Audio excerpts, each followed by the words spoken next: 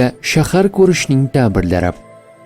Bu juda keng ma'noli tush bo'lib, odatda inson hayoti, ijtimoiy muhit, kelajak rejalari va ichki holat bilan bog'liq bo'ladi.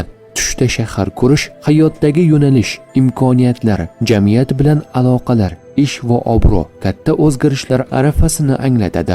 Tushda chiroyli, zamonaviy shaharni ko'rish oldinda yaxshi imkoniyatlar, taraqqiyot, muvaffaqiyatlar, orzular yaqinlashayotganini ifoda etadi.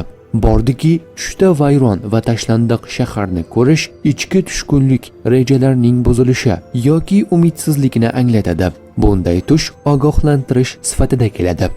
Tushda ko'rilgan shahar bo'sh va qorong'u bo'lsa, yolg'izlik hissi, ruhiy charchoq, o'zingizni yo'qotib qo'yishdan ogohlantiradi. Tushda shaharda yurishni ko'rish, hayot yo'lida izlanish, qaror oldidan ikkilanayotgan holat, o'z o'rnini topishga urinishni ifoda etadi. Bordiyu tushda shahardan qochayotganingizni ko'rsangiz, muammolardan qochish istagi, mas'uliyatdan chekinish, dam olishga ehtiyoj borligini bildiradi. Tushda ko'rilgan notanish shahar yangi bosqich, yangi ish, muhit yoki tanishuv, hayotda burilish nuqtasini anglatadi. Bordiyu tanish shaharda yurgan bo'lsangiz, o'tmish bilan bog'liq holatlar, eski xotiralar qayta baholash va xulosa chiqarishni anglatadi.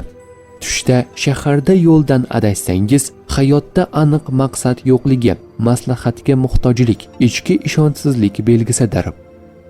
Tush ta'birlari bashorat emas, barcha narsani bilguvchi zot yagona Allohdir.